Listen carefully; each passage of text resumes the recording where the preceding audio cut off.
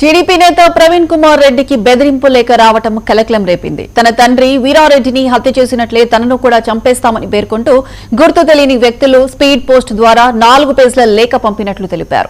ఈ ఘటనపై అడిషనల్ ఎస్పీతో పాటు టీడీపీ అధిష్టానానికి ఫిర్యాదు చేసిన ప్రవీణ్ కుమార్ రెడ్డి బెదిరింపులకు భయపడేది లేదని స్పష్టం చేశారు. లేఖ పంపిన వారిని గుర్తించి కఠిన చర్యలు తీసుకోవాలని పోలీసులను కోరారు.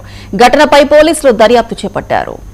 ప్రొద్దుటూరు నియోజకవర్గ ప్రజలందరికీ ఈ ప్రెస్ మీట్ పెట్టేదానికి ముఖ్య ఉద్దేశం ఏంటంటే, ముఖ్య కారణం ఒక తప్పుడు పేరు, తప్పుడు ఫోన్ నెంబరు, తర్వాత లోపల ఈ కంటెంట్తో ఒక స్పీడ్ పోస్ట్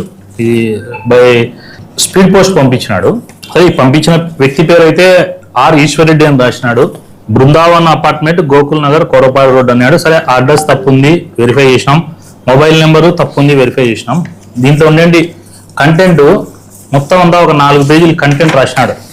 దీని ముఖ్య సారాంశం ఏంటంటే, అతను ఫైనల్గా గతంలో 1982లో మా అబ్బాయినటువంటి గల్లూరు పెద్ద వీరారెడ్డి గారు ఎలా మర్డర్ అయినారో అలానే నిన్ను మర్డర్ చేస్తాం, మీ ఇంట్లో ఉండగానే వచ్చి నిన్ను చంపుతాం అని ఈ లెటర్ రాసినారు. తర్వాత పల్లపాడు చంద్ర అని నా ఆప్తుడు, కావాల్సినవాడు, ఎప్పుడు నాతో పాటే ఉంటాడు.